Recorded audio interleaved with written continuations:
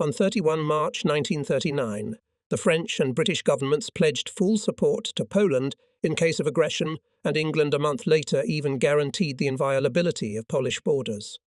This was the basis of the planning of the Polish headquarters. France and England protested against the entry of the Wehrmacht into Poland, and on 3 September 1939 declared war on Germany. At first, these facts embarrassed me and my comrades. But this unpleasant feeling soon disappeared under the impression of the Wehrmacht's lightning-fast operation in Poland, and we thought, let the French and English come to us, they will be given a proper welcome. But they did not come.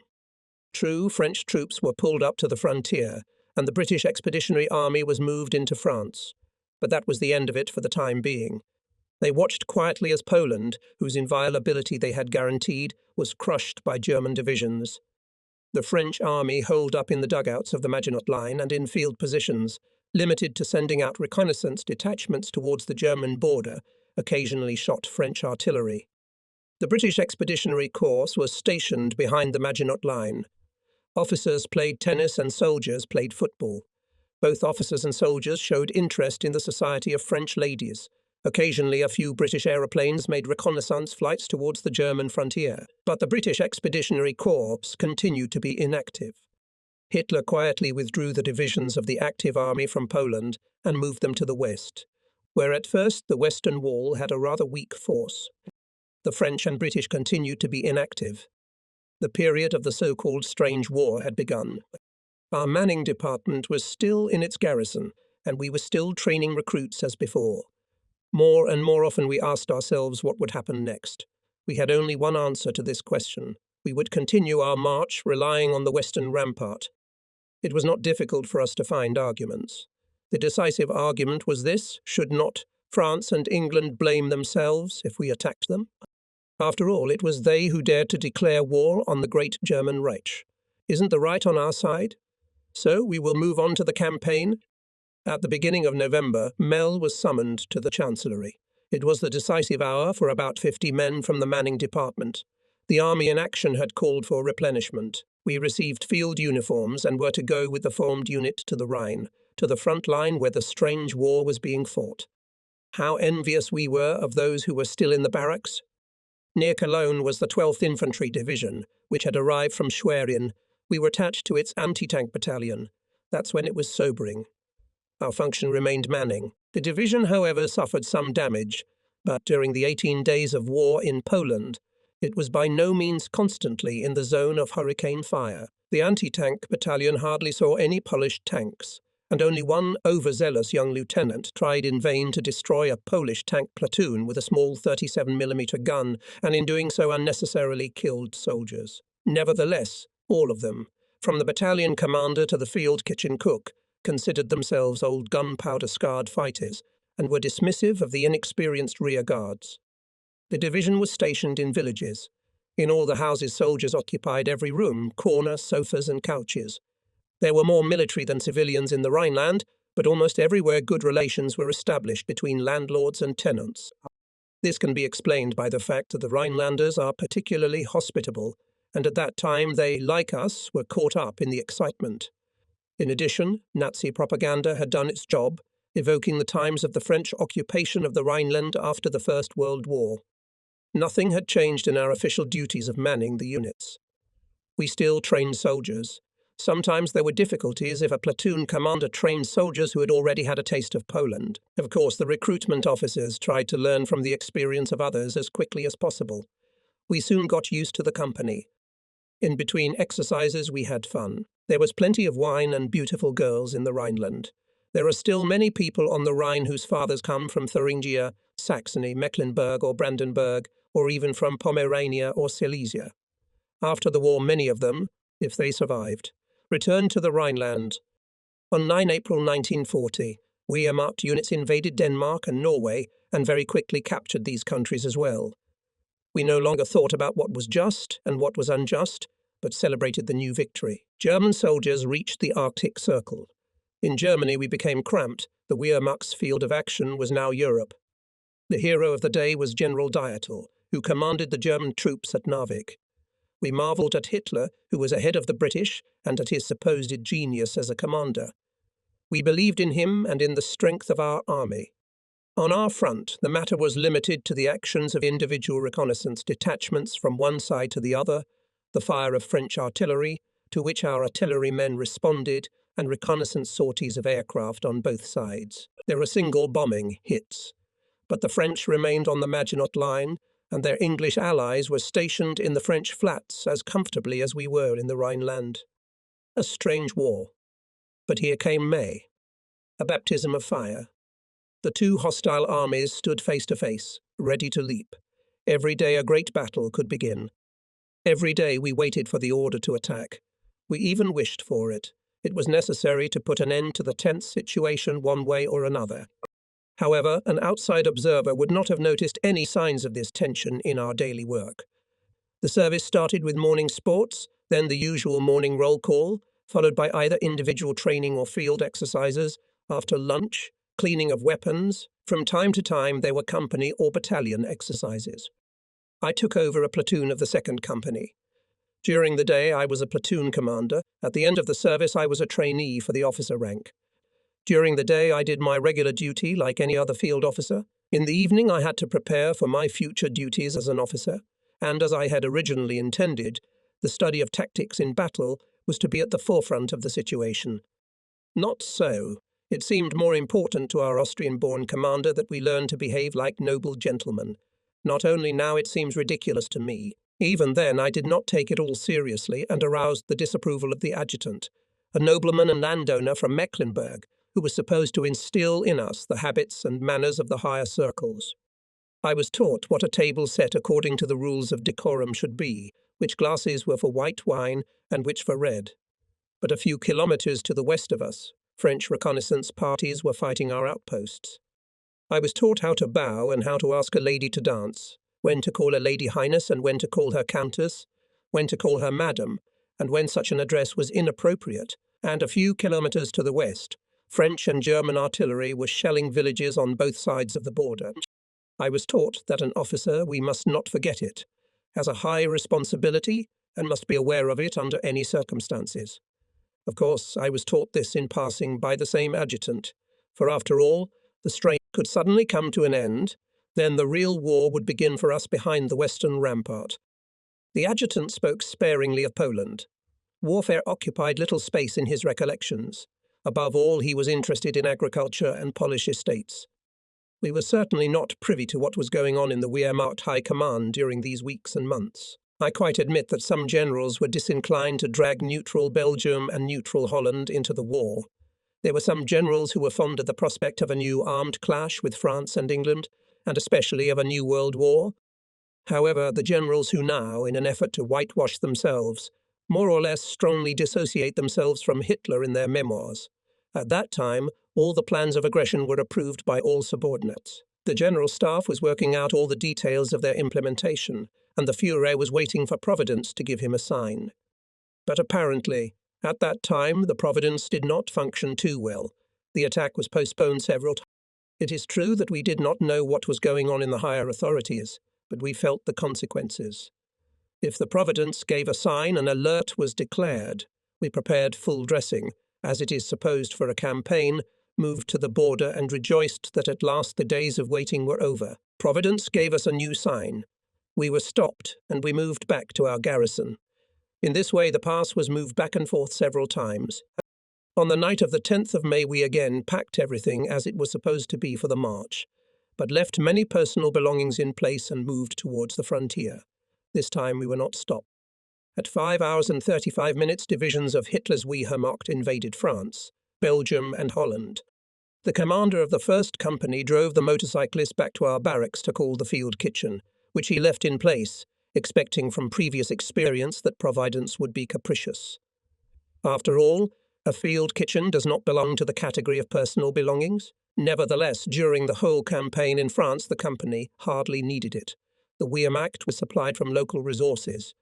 From books about the First World War and from the stories of our fathers and teachers, we knew something about the French and the British. It was known that the Poilus and Tommies were hardy and brave soldiers. We knew also about the big battles, the war of machinery, the hurricane fire, the Chemin des Dames and Verdun. There were many officers among us who had fought in the First World War and who told a different story from that of Erich Maria Remarque. Still, they felt no less feverish excitement before the battle than we young men. We could easily imagine the Maginot Line, a deeply echelon system of long-term defensive fortifications which could serve as a barrier to any offensive of the German army. Entire divisions were stationed in these concreted fortifications, in underground casemates connected by communication lines and narrow-gauge railways. These dugouts were packed with machine guns and flamethrowers, grenade launchers and cannons. The gun emplacements, well camouflaged from aerial observation, carried heavy artillery on the gun emplacements that sloped downwards. Behind this fortified rampart in these gun-shielded fortresses, the French army was waiting for our attack. At this rampart should be, according to the French General Staff, bleed German armies. In the deep dark night we drove through the last sleeping German villages. The population, accustomed to such troop movements, paid no attention to us at all. We rolled further and further away. In the distance we could hear the thunder of cannonade. On the horizon we could see flashes of shell bursts. We rolled further and further, and with each new stage of the way the tension increased. We reached the border. The barrier was shattered into splinters. On the other side, a bombed-out customs office with empty window openings. It was the exciting moment we had dreamed of. It is a peculiar feeling to enter a foreign country. We spelt out the French signs on shops and restaurants. We wanted to see the French. But there were only empty and ruined houses, deserted streets, extinct villages. The entry into enemy country was not as heroic as we had imagined it to be. There was no firing. A tanked division rumbled before us, and we moved after it. We were disappointed. The next day we encamped in the forest. From far away came the rumble of artillery cannonade. Over our heads we could hear the rumble of passing German aeroplanes, which were heading west with a heavy load of bombs and returning back without bombs. We were in suspense, believing that positional warfare would now begin.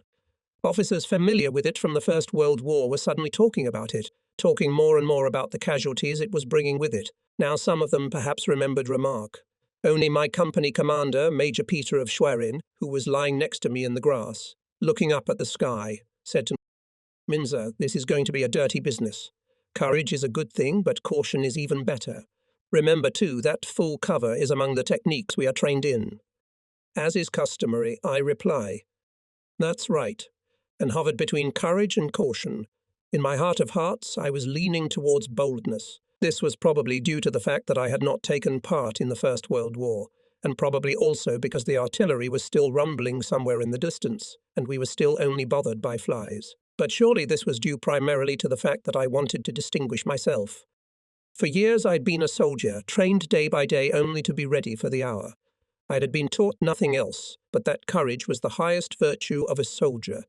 And now my own company commander is harping on caution, fever before battle. In the evening the order to march was finally received. Our division was pushed forward all the way to the fortification line. The infantry regiments encamped in front of the dugouts, which they had failed to take at the first attack. It was now necessary, under cover of darkness, to bring up anti-tank guns and anti-aircraft artillery to suppress the French fire as soon as dawn broke. Platoon commanders, forward. We on our motorbikes made our way along the columns to the company commander and received instructions. To reach my allotted section, I had to drive over a bridge over a small stream. It was under artillery fire. Already before me, the infantry had been forced to pass over this creek. The bombed vehicles and torn bridge railings testified to the accuracy of the French gun crew's hits. Before giving my platoon the order to move out, I first rode out myself to reconnoitre. I had not yet entered the bridge, but it was already thundering. I jumped off the motorbike as quickly as I had never managed before, at least faster than I had ever demanded of my recruits. Lightning flashed all around. The thunder of bursting shells was heard, and there was a mad screech of flying shrapnel. I didn't feel that I had shattered my knee. I didn't think about the possible shrapnel damage to my motorbike, carefully kept in perfect condition. Nor did I think about my driver. There was only one thing on my mind, so that's how it is. Then I smelled an unfamiliar odour, a peculiar mixture of diesel oil and petrol, blood and phosphorus, earth and cinders, in short, the smell of war. Then came another volley and another. I pressed myself tightly to the ground. That was my baptism of fire, only after a few minutes. It seemed like an eternity to me, did I call out to the driver, who was happy to hear my voice, but I was also relieved when he answered. Then we sped onwards. Get away from that bridge, from that stench. Behind us we heard another burst. When we'd gone a few 100 meters, the infantrymen shouted something to us. We slowed down, and some figure emerged from the gloom of the night to ask rhetorically if we were crazy because we were causing French guns to fire with our stupid motorbike. Motorbikelet, he said. I suddenly remembered that such a contemptuous name for a motorbike was forbidden in the army.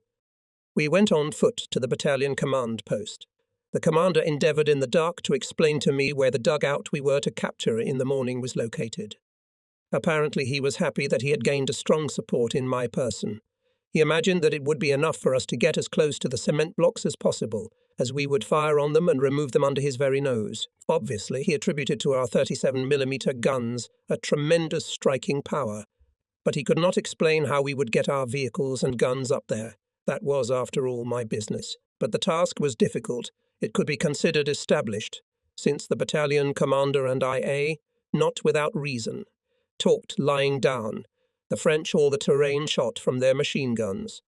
Although it was hot enough in the front line, we still had an unpleasant feeling at the thought of having to go over the same accursed bridge again. However, there was no other way to get back to our platoon. We waited for another shell to burst, and then my driver rushed over the shaky logs, with the buggy hitting the helmet, or was it the head? Jumped up so sharply that I nearly flew out. I had certainly exaggerated the risk a little when I explained the situation and the task to my commanders in as much detail as possible. Probably I exaggerated under the impression of my happily passed baptism of fire, or with concern for my gun crews. Probably both. The platoon crossed the bridge without loss. We took cover behind a small ridge and prepared the guns for battle. The pulling up of the guns, the hum of the engines, and the orders of the gun commanders, sometimes too loud in a battle situation, all this noise attracted the attention of the French. The machine gun fire intensified. Flares dispersed the night gloom, illuminated the space in front of us, and scattered sparks in the darkness. Metre by metre, the crews pulled, pushed, and pulled the guns forward. In order to bring in the shell boxes, the gun crew had to make their way several times under machine gun fire. Soon the whole platoon, drenched in sweat, took up a poorly defended position, and we had hardly had time to catch our breath for a few minutes, when it began to lighten behind us. The dawn was dawning. A new day had dawned, the day of our first battle. Everything was different, not as we had anticipated. True, the French long-range artillery gave volley after volley. Mortars and guns from the inner dugouts of the Maginot Line were operating with the same intensity, but our calculations were driving shell after shell into the slots of the front dugouts with the speed they had been taught. From the positions behind, anti-aircraft guns and artillery were shelling the French fortifications. Very close machine guns of our infantry gradually moving forward, deafeningly quacked mortars. So it went on for 3 hours, a very long. Then they appeared with white flags and raised hands, white and black, in identical uniforms, Frenchmen and soldiers from colonial units, Europeans and Africans. They wanted to live. They did not want to be annihilated in the bunkers of the Maginot Line, in the inaccessibility of which they had recently believed. Officers' epaulettes. Although the fighting in the following days was often very heavy, and with heavy casualties on both sides, we still expected that in general the French soldiers would put up a more vigorous resistance. We asked ourselves why it was sometimes possible to break French resistance so quickly, but our explanations did not go beyond our army outlook. Evidently the French General Staff pinned all its hopes on the Maginot Line and disposed of its reserves accordingly. However, the most thorough, deeply echeloned, equipped with weapons, concreted defence structure loses its significance if it can be bypassed or parachuted across it. In addition, we had the impression that the French population was psychologically underprepared for war. The containment tactics used by the French government completely confused both the civilian population, a significant role, of course, played the breakthroughs of the French front, when penetrated deep into the rear of the German tank divisions, disrupted communication and supply of the French armies. Fighting on the front line of the French soldier found not only that his part bypassed, but also that he was deceived. The myth of the impregnability of the Maginot Line was dispelled, and since the French soldier believed in it, along with the collapse of faith in the Maginot Line was broken and his will to resist. The rest was done by Goebbels-inspired targeted propaganda. Let me give you one example. Already a few months before our offensive, German planes scattered over the French positions postcards, which depicted a French soldier in the guarding of the front line of dugouts around only exploding shells, and in French it is written, "Hold the postcard against the light." Anyone who examined the postcard would find an image of a typical French bedroom. A charming French woman on the bed, a man next to her, and British military uniforms on the chair. Similar methods were used by propaganda during the First World War. Naturally, French soldiers were seized with indignation at the thought of being forced to be in the front lines, while British soldiers were amusing themselves with French women in cosy bourgeois flats. There is no doubt that Goebbels used with diabolical skill the tools of psychological warfare. After breaking through the fortified defensive line, our division, like a powerful shock wave, made its way first to the west and then in a northerly direction. At the Aisne-Marne-Bassée Canal, we first met the British. They fought as hard and fiercely as we expected them to. Literally at the very last minute they raised their hands and nonchalantly, with an arrogant and indifferent expression on their faces, surrendered. It was as if we did not exist for them. During interrogations, whether we dealt with soldiers or officers, it was possible at best to find out the most insignificant trifles. Apparently the British were convinced even then that they would ultimately emerge victorious. The case was different with the French. They were often extremely agitated. The soldiers were directly pouring out the feelings of disappointment and indignation that had boiled up in their souls. As we passed columns of French prisoners, we heard more and more often the cry, "La guerre est finie, la guerre est finie." Our division, suppressing here and there local resistance, was moving in marching order further and further towards La Mancha. Our anti-tank battalion, with very few exceptions, did not have to fight at all in the kind of combat for which it was intended. We supported the infantry with high-explosive grenades, shelled and destroyed infantry positions in trenches and machine gun emplacements. We had some casualties, but no tanks were in our sight. The French army did not have independent tank units, but distributed to infantry divisions fighting vehicles, most of the obsolete type. If tanks were encountered in their original positions, they were either bombed by the German Luftwaffe or destroyed due to the overwhelming advantage of the German tank divisions. Many German soldiers who took part in the French campaign fought hard for days or even weeks. Others, for the entire time, did not make a single shot, because their division marched in the second echelon, and with the incredibly fast pace of events, it did not have to participate in the fighting. We moved forward, guided by the marvelous maps which were at our disposal in large numbers. They accurately orientated us with regard to all militarily significant objects, such as lines of communication, rivers, terrain, fortifications, garrisons, and even bridges only recently built. If, as a result of our rapid rush, we suddenly appeared in the position of French convoys, it was for the most part an indication of the fact that our rear services were not with us. At any rate, we seldom saw our field kitchens, and if they were there, there was not enough time to distribute food. Nevertheless, we had a pretty good life in France. None of us suffered from thirst, although May was unusually hot and June even more so. There was no shortage of drink, though even at normal temperatures it was consumed in large quantities. We invariably found occasions to have a feast, if only to celebrate the daily successes of our unit. But in addition, we listened to reports on events in the whole theatre of war on our radios, and not a day passed without the victorious fanfare of the Wehrmacht's bulletins. On 14 May, after a terrible bombardment of Rotterdam, Holland laid down its arms. On 28 May, Belgium capitulated.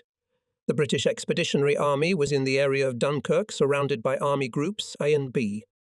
One can imagine that with such rapid advance we were infinitely surprised when one day at dawn our advance stalled. A French select division had been assigned to cover the retreat of the British. The French artillery fired with remarkable accuracy. It was enough for any one of us to stick out his nose, or for a liaison to run across the street, or for a car to appear anywhere, and already with a thunderous blessing was sent. We occupied the outskirts of the village, and the shells hit the houses. It was morning, the sun was rising. It was midday, the sun was frying mercilessly. This day we suffered from thirst, because it was impossible to bring water even from the houses close to us. The hiking flasks were empty. We had French brandy. We had red wine and champagne, all heated up, and the champagne fountained out of the bottles.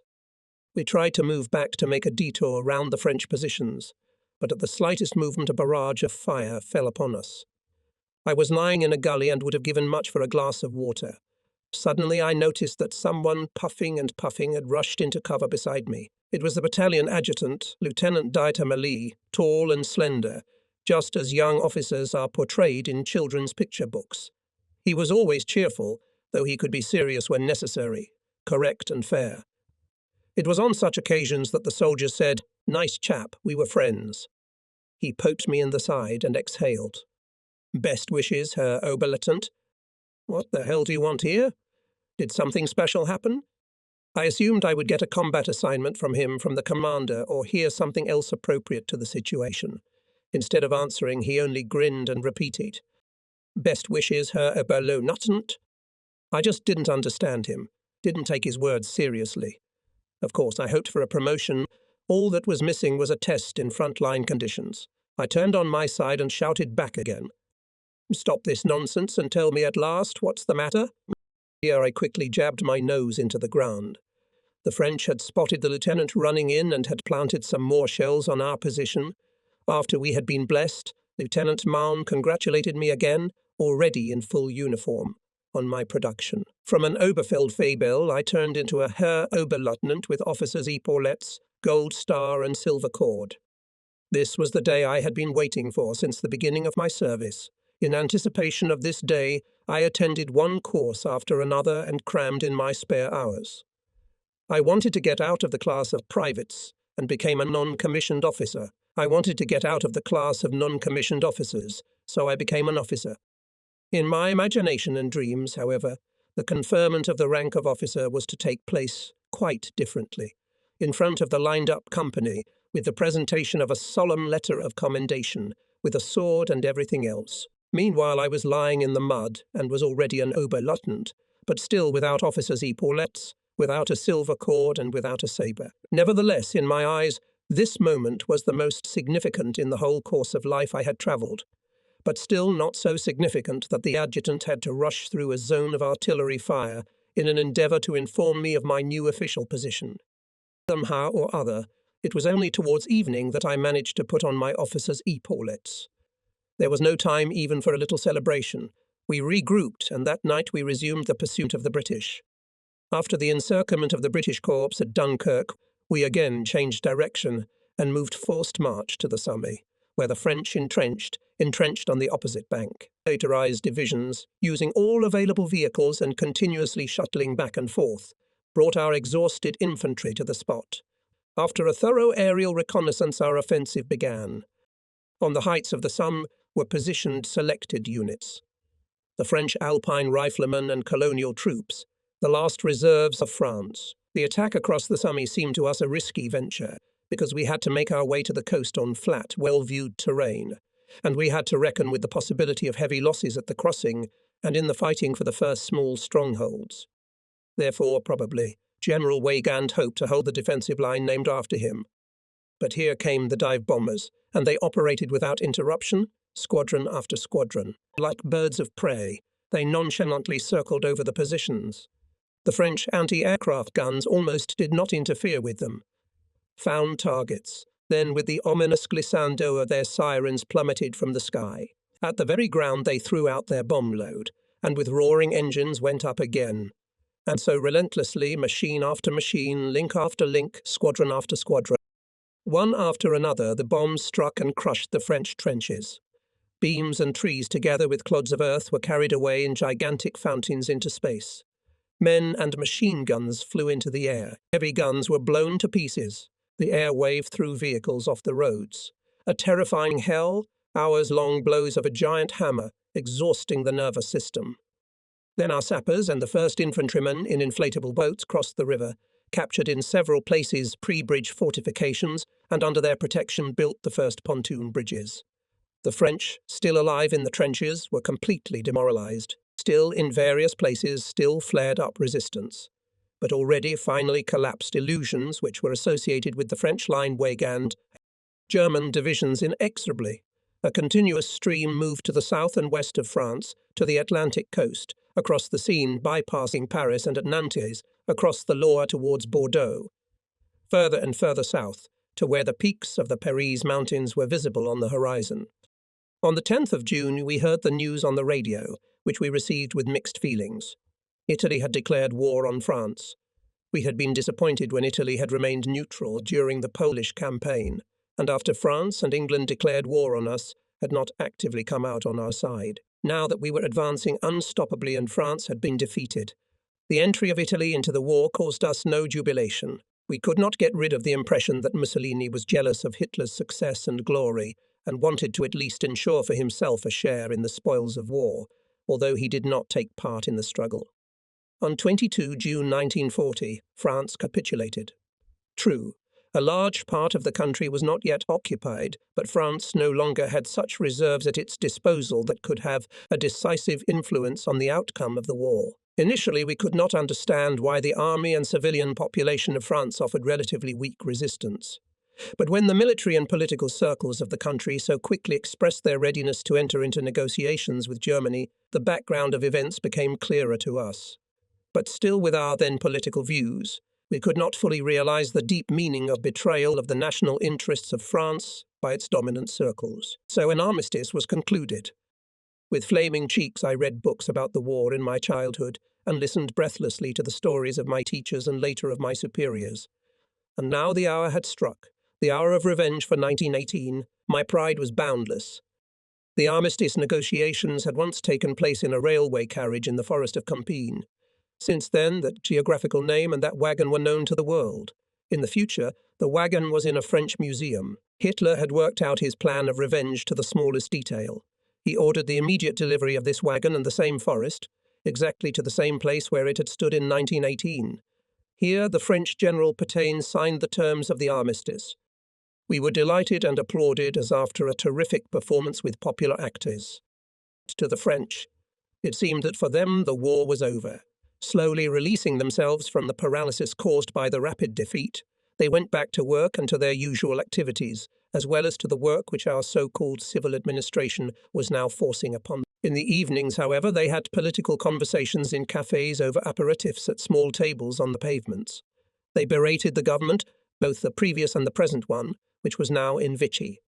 When I went to the barber's shop, and who among us officers would refuse such a luxury as a shave for a few pfennigs? There was an icy silence in the salon. All my attempts to utilize my school knowledge of French remained fruitless, but there wasn't a single Frenchman who wouldn't let me through out of the queue. No matter how many people were waiting for service, I was always the first in line. They treated me like a guest, albeit an uninvited one. Sometimes it seemed to me that maybe they were scourging themselves and fueling their resentment along the lines of, "Let him go ahead now. The day will come when any French barber will refuse to wash the face of this Boche." It didn't bother me. I would tip the barber. He would open the door before me with the polite phrase, "Au revoir, monsieur," but you could read on his face that he would probably most willingly give me a kick in the arse. I once witnessed an excited discussion.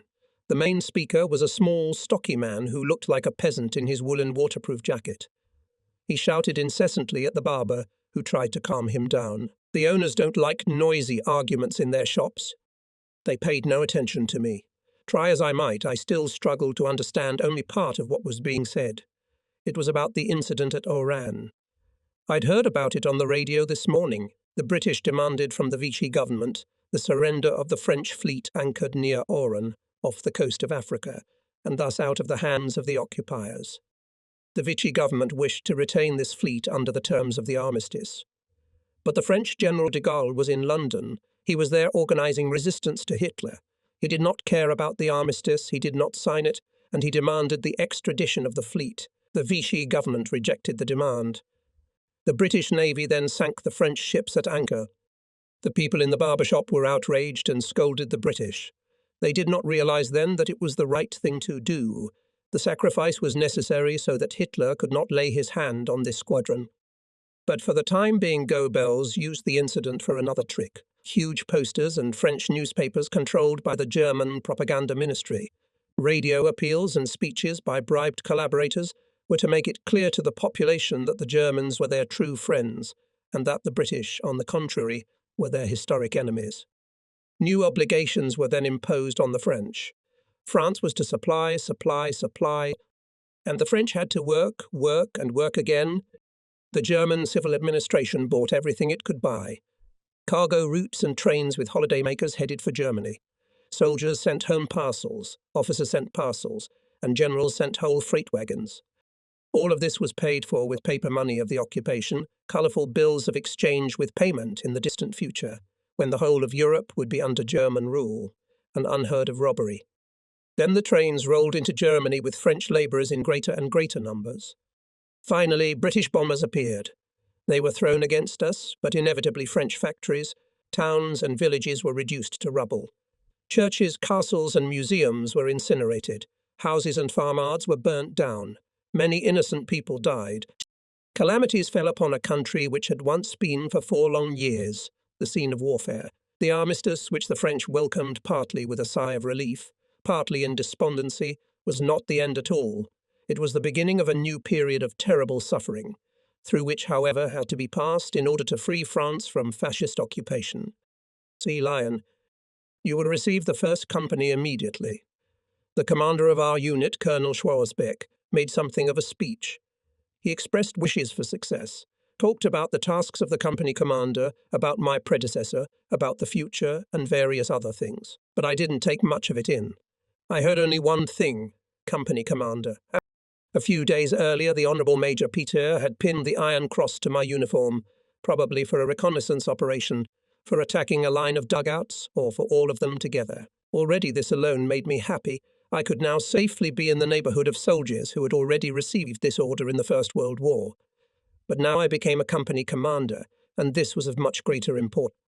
As already mentioned, our regimental commander was an Austrian. He had little knowledge of our unit, the guns, the tanks and his tasks as a commander. He had been an artilleryman during W1 and was constantly trying to get us accustomed to indirect. He would prefer our 37 Dem anti-tank guns to fire from positions on the reverse slope, as he fired his mortars somewhere in the Carpathians or the Alps. All this met with no sympathy on our part. In other military matters he took little interest. At the table, there was only talk of Viennese cuisine, Kaiser schmarrini and other flour dishes. If an officer of our unit had a birthday, he had the right to order the cook his favourite dish for everyone at the table. The commander hopes that this trick would be an occasion for a gourmet feast, but we shamelessly ordered only potatoes. Colonel Schwarzbeck didn't stay with us long. He was transferred back to Vienna to some motor park. The soldiers were hardly sorry to see him go. He had no better relations with them than a cotton plantation owner with his labourers. The colonel hardly knew his soldiers and was constantly confusing surnames. He was succeeded by a Prussian surnamed von Bruckner. This soon memorized the surname of every soldier. Nevertheless, his relations with them were no better than those of his predecessor, but he ate potatoes willingly, so we were back in our own environment. Otherwise, Bruckner completely corresponded to my then idea of a real soldier. He was a strict commander. One day he took me aside. "You've been promoted from private to officer?" "Yes, Lieutenant." "When were you promoted?" I gave a detailed report. He examined my mixed uniform. I was still in the uniform of an Oberfeldwebel with sewn-on officers' buttonholes and epaulettes, and wore a cap with a silver cord borrowed from a comrade. Quickly change all this. Order the tailor to make you a uniform and then introduce yourself to me again?" "Yes, Herr Lieutenant Colonel." I was now an officer, but I was not to say anything other than IEA, only with a slight bow and with my hand at my visor, as I had been trained to do. If the commander was in a favourable mood, he would take my hand away from my cap with a careless movement. He was in a favourable mood, and that's how he ended the conversation. "I will keep you in mind." A few weeks later, he sent me to the company commander's course at the tank school in Wunsdorf near Berlin. Here I was taught what I could not be taught by the adjutant I mentioned in the Rhineland. In Wunsdorf, much less importance was attached to the treatment of countesses and bowing. Here one was trained for a very different dance of which we had no idea. When I returned from the course, it still seemed to me that Hitler and the general's staff, probably under the impression of the astonishingly rapid course of events in France, did not yet have a concept of further military action. In any case, the Wehrmacht had taken up positions at La Manche and on the Atlantic coast and was awaiting further orders. If the crossing to England was envisaged, as we expected, preparations should have begun by now. My company was stationed in barracks at Les Roches-Sillon. near Les Sables-d'Ardenne, a favourite seaside resort of Parisians. The summers there are dry, the wide, undulating white sandy beach is replaced by a high, rocky shore. When the sea receded at low tide, countless rocky islets rose above the water. Black, smoothly polished, they dried up in a few minutes and heated in the hot sun. When the tide came in again, the islets became smaller and disappeared into the raging surf, a charming corner of the earth, made even more beautiful by the presence of charming Parisians. That was probably the case, but in 1940 they were absent. We were the ones who ran the resort. Along with formation training, we, of course, conducted field exercises. In order to combine the pleasant with the useful, I several times travelled with the company to conduct exercises on the seashore, and in pauses allowed swimming. Each time the time allotted to the exercise was shortened and the bathing was prolonged. One day we wanted to practice pitching, tents and bivouac skills. We stayed the night on the shore, rising in the morning, followed by bathing, then the usual combat training, bathing again, and finally at sunset cleaning of weapons. The soldiers were so diligent in their combat training that I thought that it would be possible to do without frequent trips back and forth and save petrol. So, at any rate, I justified to the commander my suggestion that the company should remain ashore for a longer period. He gave his consent. Soon bathing became our chief occupation. But as the commander had said to me, "I will keep you in mind," I had to reckon with the possibility of his sudden appearance. Indeed, he came occasionally for exercises and always caught us doing business. Only once did we bet. This pleased him very much, and he began to appear less frequently. It did not occur to him that his adjutant and my friend Dieter Malm sent me a radiogram every time the commander was going to visit us. That way I was never taken by surprise. And once we bathed so that there would be no suspicion that we had been warned. Thus, in our studies, the main place was occupied by water drills, and this had its reason. I myself swam well, with great passion. In the Rikswea, every soldier had to know how to swim and dive to become, if possible, a swimmer who knew the rules of drowning rescue. However, among the recruits of the last conscription and in the reinforcements sent, the majority could not swim. And these were almost exclusively natives of Pomerania and Mecklenburg, which were constantly near the Baltic Sea and numerous lakes. They had all learnt to swim. I achieved this by a trick which I would never have remembered later had it not been for Hans Bever. This lanky, unusually calm Mecklenburger had been in the first company as my chauffeur in France, in Holland, and then in the Soviet Union. He knew no fear except for the safety of his car. I could rely on Hans Bever. He was always on the spot and always in a good mood, but he couldn't swim either. Until my transfer to the German Democratic Republic, I met him. He was working as a tractor driver in an agricultural production cooperative on the coast of the Baltic Sea. Naturally, sharing our memories, we started talking about our time on the Atlantic. Here is what he sang. Back then in France, of course, we all wanted to go on holiday. But you couldn't get a leave of absence without showing a certificate of passing a swimming test. That's why we all learnt to swim. That's how it really was. Anyone who could not pass a 15-minute swimming test in the presence of the platoon commander and could not produce a certificate in the form I had introduced had no reason to apply for leave. Such was my modest contribution to the preparation of Operation Sea Lion before it was even talked about. It is not for me to go into an assessment of the speculation as to where Operation Sea Lion would have led. And at that time, as a humble company commander, I had no basis for such speculation. We thought it was indisputable that we would cross the Channel, land on the shore, win and occupy England. Because the Meuse, across the Scheldt and the Rhine we march straight to France. Now it echoed from walls and houses. Because we're going straight to England. Ah, ouch. Go, go, thought probably the Frenchman. I hope many of you will choke at the crossing. After all, La Manche is not the Maas or the Scheldt, and it is not possible to throw logs across such a water space. The preparations for Operation Sea Lion were simply pathetic. The intendants and special forces travelled the surrounding countryside and procured all the corks they could get their hands on. Somehow they were to be made into life jackets. Equally, hemp and rope were obtained to make rope ladders and cables. All varieties of vessels, from herring boats to larger ones, were rented. These were used to train troops to shoot at targets on shore and to land on shore. In addition, as many rolls of wire mesh as possible were taken out, cut into strips 5 meters long and distributed to the vehicles. These carpets of unwound wire were to prevent the vehicles from getting stuck in the sand. Nevertheless, the vehicles moved very slowly because the 5-meter strips had to be thrown again each time. Preparations for Operation Sea Lion led to the fact that officers, up to platoon commanders, held continuous command and staff exercises. The higher headquarters held a series of meetings with officers of the Luftwaffe and the Navy, and everyone else refreshed their knowledge of English. Meanwhile, all this did not work out. We had at our disposal sufficient maps of the British coast and inland territory, excellent maps with all the details, excellent aerial surveys by which we could reproduce the relief and all the details of the terrain on a sandbox. However, while we were still travelling along the sandy shore of the Atlantic Ocean, and then were marched by night to Cherbourg to be a little closer to the British Isles, while we were still learning to sail and English, the Führer's thoughts were already occupied with Moscow. Being on the banks of the Channel, we could not have realized this.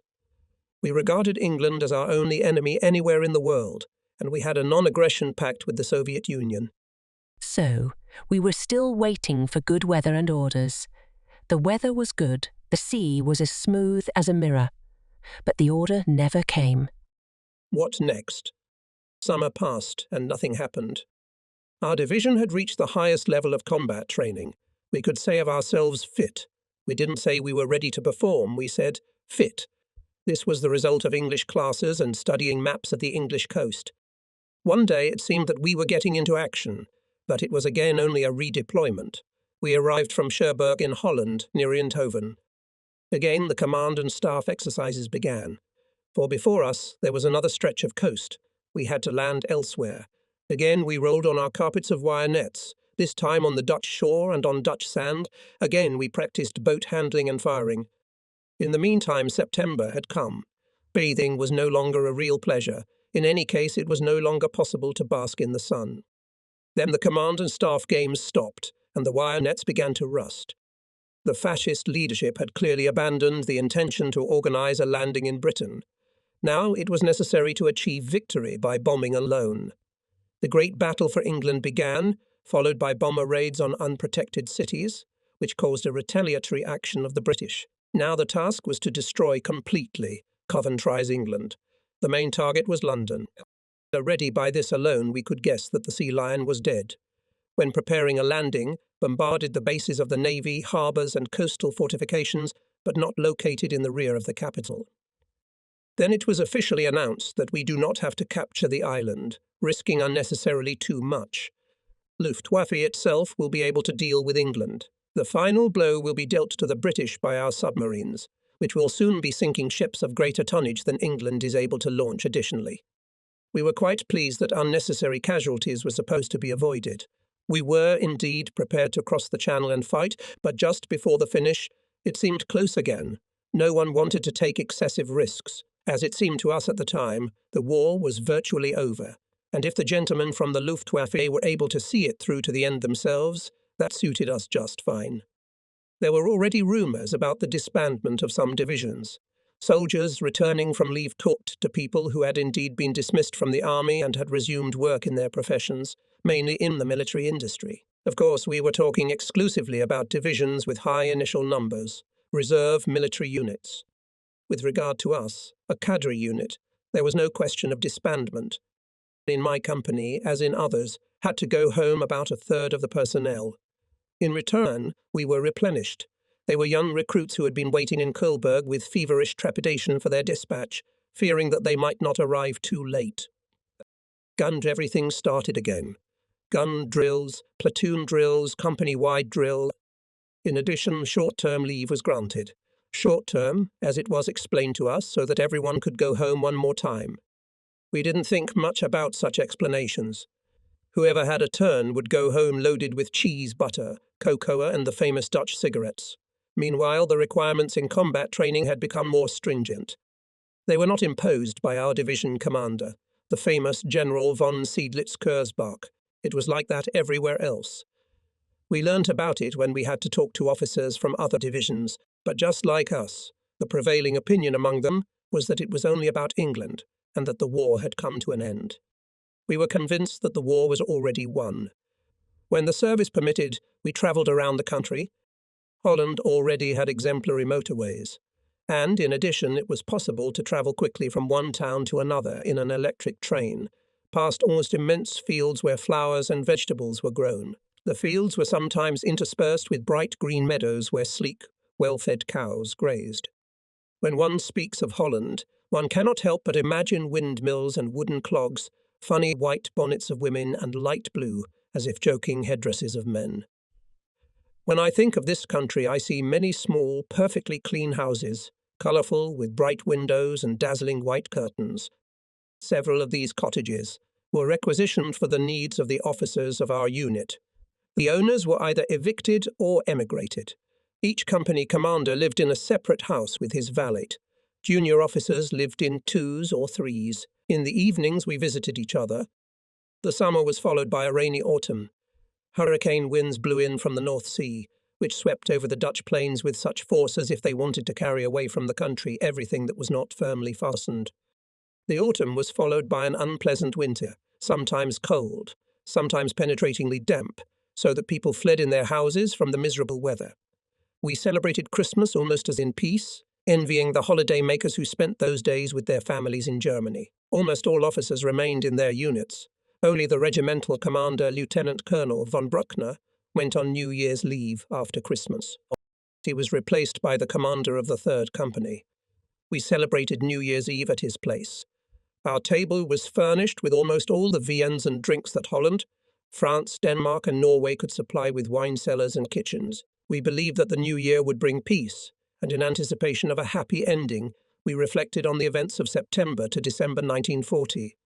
It is true that we were only direct observers of what was happening, but what we knew strengthened our sense of confidence in the future.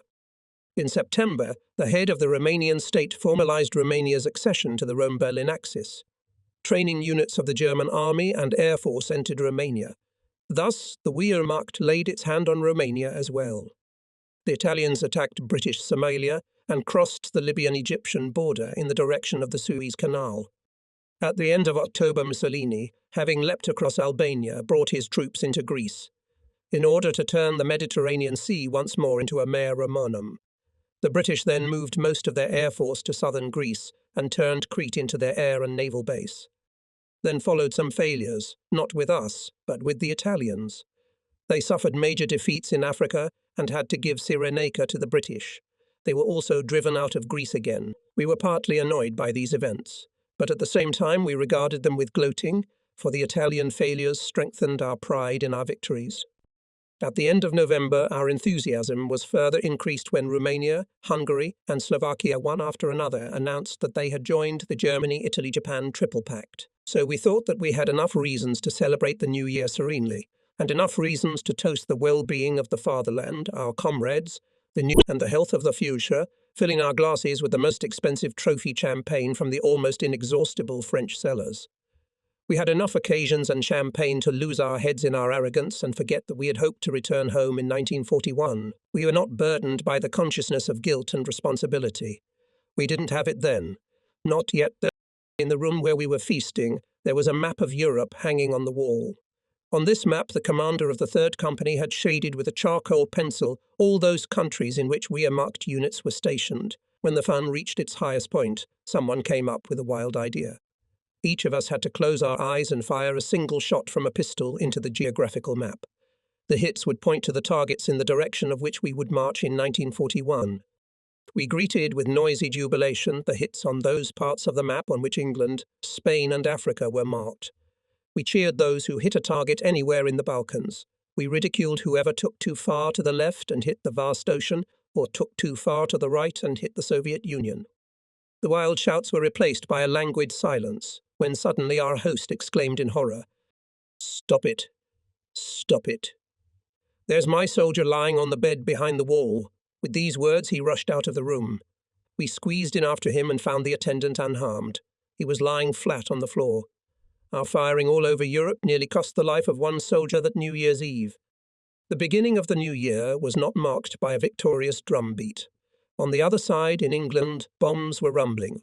But the English did not stay in debt and in return bombed the Ruhr area, Sometimes some of the soldiers of the company went home to attend the funerals of their relatives. We remained in Holland. The exercises continued as usual. Gone was the arrogance that had gripped the pass on New Year's Eve. We were now back to our assumptions that no more major events were to be expected. Meanwhile, Bulgaria and Yugoslavia had also announced their accession to the Three-Power Pact. This strengthened our conviction that Germany was actually determining the course of history in Europe. I was just busy with the platoon commanders drawing up the weekly training plan when the company field sergeant entered the room. Herr Oberleutnant, a new message has just been received. May I read it? Of course, please. There's been a military putsch in Belgrade. The government has been ousted and the anti-Comintern pact has been cancelled. For days there were anti-German demonstrations in Yugoslavia. Puzzled, we looked at each other and thought roughly the same thing. How could this country dare to break a treaty with Germany that it had just concluded? The German response did not have to wait long. German bomber squadrons rained down on Belgrade, German divisions entered Yugoslavia, tanks rumbled across the country and advanced further into Greece. Now the Balkans were being cleansed as well. Only 3 weeks passed, and Yugoslavia capitulated on 17 April 1941. 5 days later, Greece surrendered after British troops were evacuated by sea and thus taken out of the game. By 1 June the purge was complete. Not a single British soldier remained in the Balkans, and the last units of the Yugoslav and Greek armies laid down their arms. The Yugoslav state disappeared from the geographical map. By Hitler's will, it was no longer to exist. That was what the radio said, and that was what we said after it, repeating without a hitch all the cynical terminology, years of training, Goebbels propaganda, which always had at the ready the proper arguments to justify any act of aggression, and not least the fervour of lightning victories. All this led to the fact that we were not at all embarrassed by the idea that right was on the side of the attacked peoples. What opinion the Yugoslavs themselves held, no one thought about, neither in the top leadership nor among us. We did not know that the masses of the people had withdrawn into the mountains and forests. We had not heard of Josip Broz Tito. In addition, during those days we were interested in other matters. At the end of April we received an order to prepare our unit for relocation. We wondered where they would send us now. The Balkans were out of the question, that everything happened on schedule. It was unlikely that we were going to be transferred to Africa. We did not have the necessary equipment for that. In addition, it was unnecessary. General Rommel there has already defeated the British and within 3 weeks recaptured all of Cyrenaica. If things continue at the same pace, then his tanks will soon be at the Suez Canal, and the British he chased away from there. In essence, we could only count on the fact that we were relocated to the homeland. We could not imagine the emergence of a new theatre of war anywhere. We thought that Europe was pacified.